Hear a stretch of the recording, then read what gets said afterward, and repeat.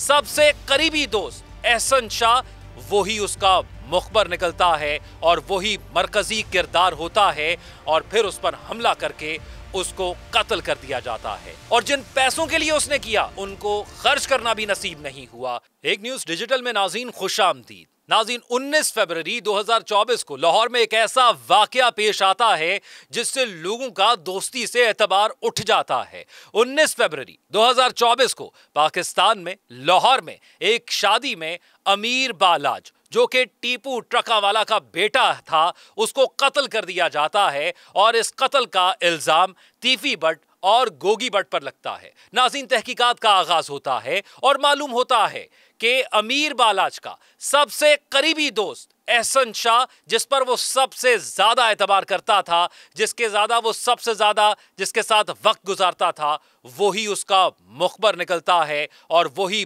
मरकजी किरदार होता है उसके दुश्मनों तक वो इंफॉर्मेशन पहुंचाने में जो कि उसके दुश्मनों को अमीर बालाज तक पहुंचा देते हैं और फिर उस पर हमला करके उसको कत्ल कर दिया जाता है। नाज़रीन आज वो एहसन शाह एक पुलिस मुकाबले में मुबैना तौर पर मारा गया है और पुलिस ने इस बात की तस्दीक कर दी है। यह वाकया कैसे पेश आता है पहले इस पर बात कर लेते हैं। नाज़रीन अमीर बालाज जो कि टीपू ट्रकावाला का बेटा है उसके कत्ल के मरकजी किरदार एहसन शाह को पुलिस जो है वो बरामदगी के लिए ले जा रही थी। सीआईए पुलिस थी नाज़रीन ये, और वक़ुआ कुछ इस तरह बताया जा रहा है कि अली रजा जो कि एहसन शाह का भाई है वो साथियों समेत, अभी इब्तदाई जो मालूमात हासिल हुई हैं, वो साथियों समेत हमला कर देता है उन पुलिस एहलकारों पर और उस गाड़ी पर जो कि एहसन शाह को बरामदगी के लिए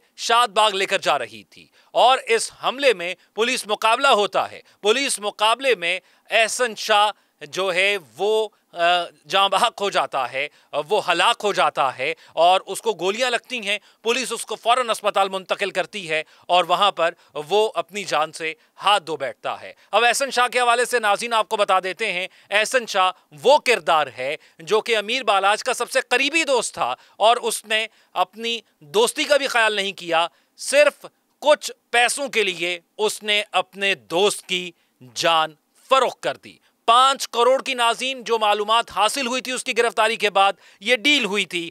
50 लाख रुपया उसने वसूल कर लिया था।